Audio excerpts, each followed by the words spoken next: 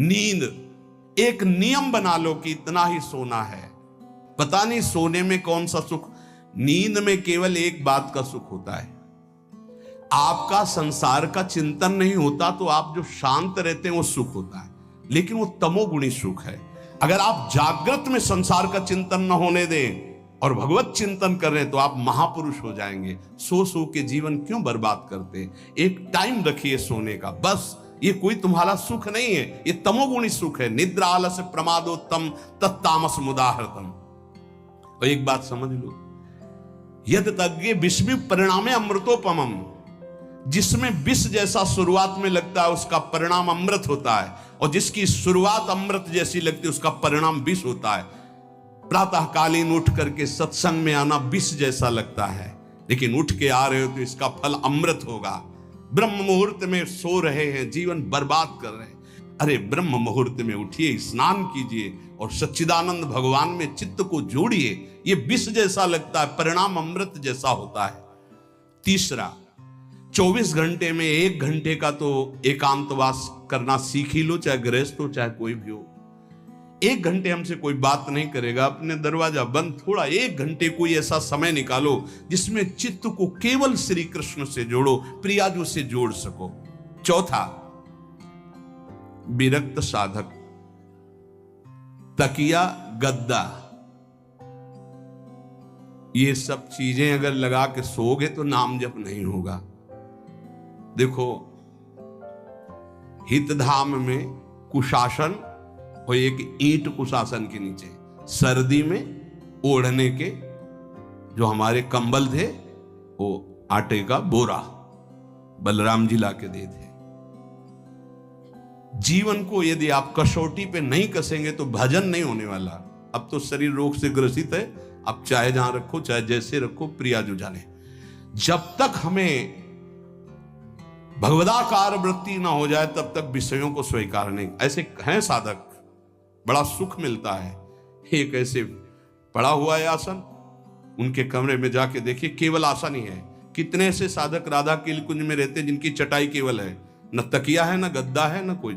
उसी चटाई को ऐसे खड़ा कर दिया, बिछा लिया, बस उसी में पड़े, भोजन मिला पा लिया, ऐसे रह रहे हैं। कमरे में देखो जाके तो ऐसा लगेगा कि इसमें कोई रहता ही नहीं, कुछ है ही नहीं, केवल चटाई है। तकिया गद्दा विशेष विलासिता की वस्तुएं तो नाम जप नहीं होने वाला, ध्यान रखना। जहां पड़े आराम से नींद आ जाएगी, सो जाएंगे, और जब तो नींद उतनी आएगी जितनी आवश्यकता है।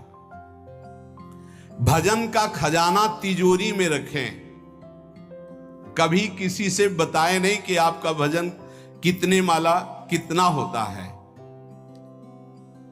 पूज्य नारायण स्वामी जी कह रहे हैं, भजन को खजाने में रखने का मतलब है लूटने वाले डाकू माया भेजती है, काम क्रोध लोभ मोह मद मत्सर आदि, और प्रिय गृहस्थ भगत आदि। कैसे प्रिय गृहस्थ? स्वामी जी अब ये सब आप ही कहा है, बहुत बीमार है, आप देखना। ठीक है, दूसरे की दुख निवृत्ति करना संत का स्वभाव होता है, पर हम जिस मार्ग के पथिक हैं, हमारा कर्तव्य है। हमारे पास हमारे प्रभु के सिवा कोई नहीं, हमारा जो कुछ है वो प्रभु हैं। ए भैया, जैसा श्री जी चाहेंगे वही सब मंगल करेंगे, ये शब्द होना चाहिए, उससे उसका भी मंगल होगा, आपकी भक्ति पुष्ट होगी। कभी भी जो गृहस्थ में भजन करता है, किसी भी तरह का किसी से भी कोई प्रतिग्रह ना ले। नहीं ले लो, ये लो ही बढ़िया है, रख लो। नहीं महाराज, हमारा ये मार्किन का गमछा ही काफी है हमारे लिए। नहीं नहीं नहीं, ये प्रसाद पाल, हाँ इतना किनका दे दीजिए, भगवत प्रसाद है, ये हमारे लिए पर्याप्त। गृहस्थी में अगर आप भजन करते हैं तो अपने भजन को बचाने के लिए किसी से भी दान पुण्य, किसी का भी बट रहा है वो स्वीकार न करें, किसी से प्रणाम नमस्कार, किसी से अपनी सुविधा सेवा स्वीकार न करें। और जो विरक्त है उसको ध्यान रखना चाहिए कि हमारा जीवन केवल जगत मंगल के लिए विश्वेश्वर भगवान को समर्पित जीवन है। ना हम किसी को शाप दे सकते हैं, ना किसी को वरदान दे सकते हैं। सेवक स्वामी की इच्छा को देखता है। ऐसा ऐसा, हाँ प्रियाजू की जैसी इच्छा होगी वैसा नहीं, आप ऐसा नहीं, प्रियाजू का बस जबान से कभी ना किसी के प्रति शाप का, और ना हरिराम व्यास जी ने कहा है कि शाप और वरदान हमारे स्वामी की, तो हमें हर बार में यही बोलना है, जैसी प्रियाजू की इच्छा, जैसी श्यामाजू की इच्छा नहीं। आप कुछ कह दीजिए तो राधा राधा राधा नहीं, कैसे मंगल होगा, आशीर्वाद दीजिए राधा राधा राधा, बहुत संभाल के। महात्माओं को इस बात में सावधान रखना चाहिए कि ये माया ममता का रूप धारण करके तुम्हारी तिजोरी को खाली कर देगी। खजाना लूटने के लिए माया बहुत अनुभवी महापुरुष है, सेवक के रूप में आती है, खास सेवक बनकर। आज तक जहां दगा हुआ है तो खास से हुआ है। जब वृक्ष कटने लगे तो आपस में बात की, भाई ऐसा कौन आ गया जो हमें काट सकता है? बोले हमारा कोई मिल गया। तो कुल्हाड़ में जो बेट है ना, बोले मिल गया कोई हमारा। खास बन करके आती है माया, सेवक सेविका रूप लेके। बहुत अनुभव की बात महापुरुषों की, मान लीजिए विरक्त जनों के लिए खास बात है। सेवक सेविका रूप रख करके माया आएगी। इसके बाद अगर आपने स्वीकार किया, फिर तुम सेवक होगे, वो स्वामी होगी। समझ रहे हो? बहुत अंदर से इस बात को समझ लीजिए। अगर आपको भगवत प्राप्ति करनी है तो जब तक शरीर में श्वास रहे, सेवा मत स्वीकार करना किसी की। कपड़ा धुलाना, खाना पीना, भीख मांग के खाओ, भिक्षा अन्न, या आकाशवृत्ति से जियो। जैसे मना, ना कपड़ा धो पाओ तो उतने पहनो जितना धो पाओ। किसी को अपनी सेवा में प्रवेश मत होने दो। अपने शरीर की सेवा, अपने जीवन की सेवा जब तक श्वास है तब तक स्वयं करो, नहीं तो तब लग जोगी जगत गुरु, जब लग रहे निराश, जब आशा मन में भई, जब गुरु और जोगी दास। इसलिए होश में परमार्थ के पथिक को कभी किसी की सेवा नहीं लेनी चाहिए, कभी किसी को सेवक नहीं बनाना चाहिए। भगवत भाव से नेकी कर दरिया में डाल, उपदेश दे दिया, चल अपने मार्ग में। जीवन की ये बात हमारी अनुभव की मान लीजिए। अगर निर्विघ्न पंथ निर्वाह करना है तो कभी किसी को यहां सेवक न बनाया जाए। सेवक सेविका के रूप में स्वीकार करने वाले साधु का हृदय आग की तरह जलने लगता है। जो जिंदगी भर निश्चिंत और निर्भय रहा, उसे भयभीत और चिंता युक्त होना पड़ता है। अपने भजन को खास तिजोरी में रखे, अपने में जो सिद्धियां जागृत हो कभी प्रकट ना होने दे, उनका कभी प्रयोग ना करे। एक एक शब्द पर ध्यान देना, उसी को भगवत प्राप्ति होती है जो अपनी सिद्धि को प्रकाशित नहीं करता। ये माया त्रिशंकु की तरह लटका देती है, न स्वर्ग में न भूमि में।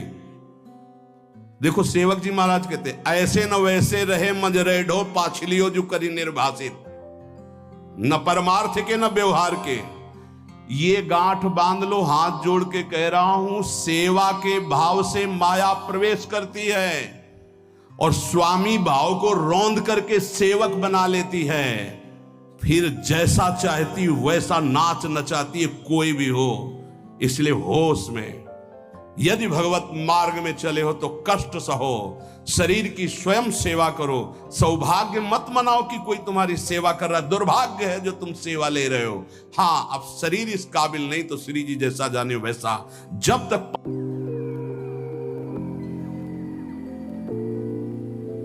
PWG, NEET, UPSC, GATE, SSC.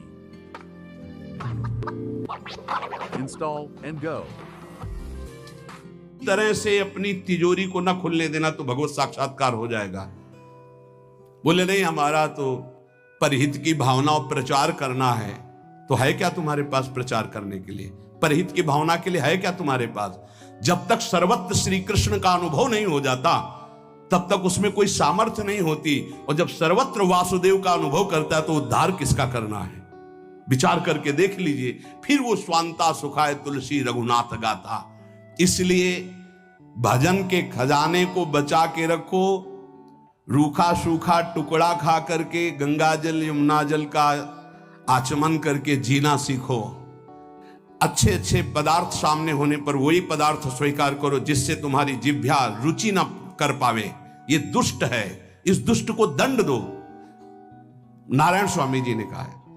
आगे हमने कल चिंतन में पढ़ा था, कह रहे हैं कि हमने इसको कैसे वश में किया। जहां गरम जलेबी बनती थी वहां खड़े हो जाते थे, कहते देखो कितनी बड़ी हाल है, नहीं मिलेगी तुझे, चलो। पूरी बाजार में घुमाते थे और कहीं भी इसको नहीं, और अगर संयोगवशात मिल जाती थी तो गंगा जल में फेंक देते थे। हरिद्वार में नारायण स्वामी जी गंगा जल में फेंक देते, हाँ बहुत बढ़िया मीठी, ये ले। अपने हृदय को पावन रखने के लिए इसी जन्म में भगवत प्राप्ति के लिए आहार को सुधारा जाए और निरंतर नाम जपने का अभ्यास किया जाए।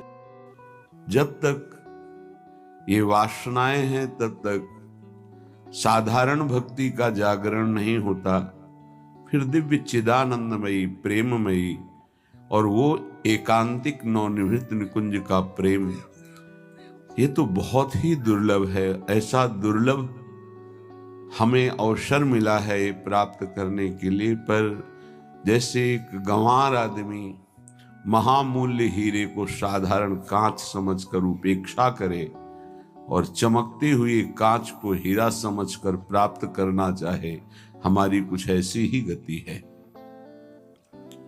महाप्रेम स्वरूप प्रियालाल को छोड़कर संसार के भोग, संसार के नाना प्रकार के आकर्षण ये हमें प्रिय लग रहे हैं।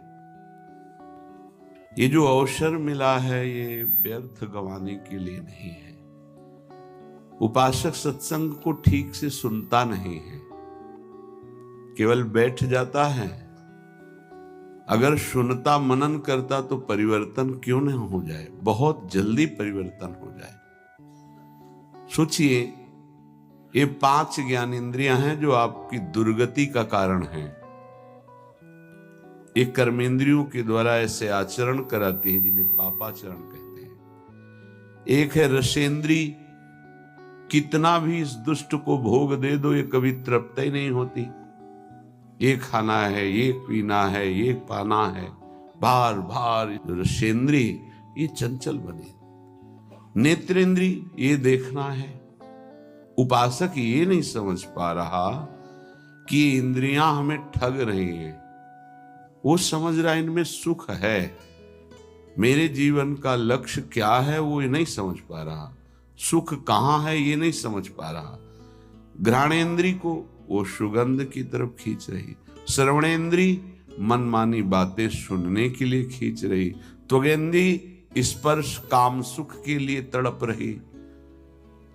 ये इंद्रियों की जो मांग है वो आपकी मांग नहीं है। आप इनमें जितनी तन्मयता करके इनकी मांग को सही मानते रहेंगे तब तक आपकी आंतरिक दुर्गति रुकने वाली नहीं, समझ लीजिए ना।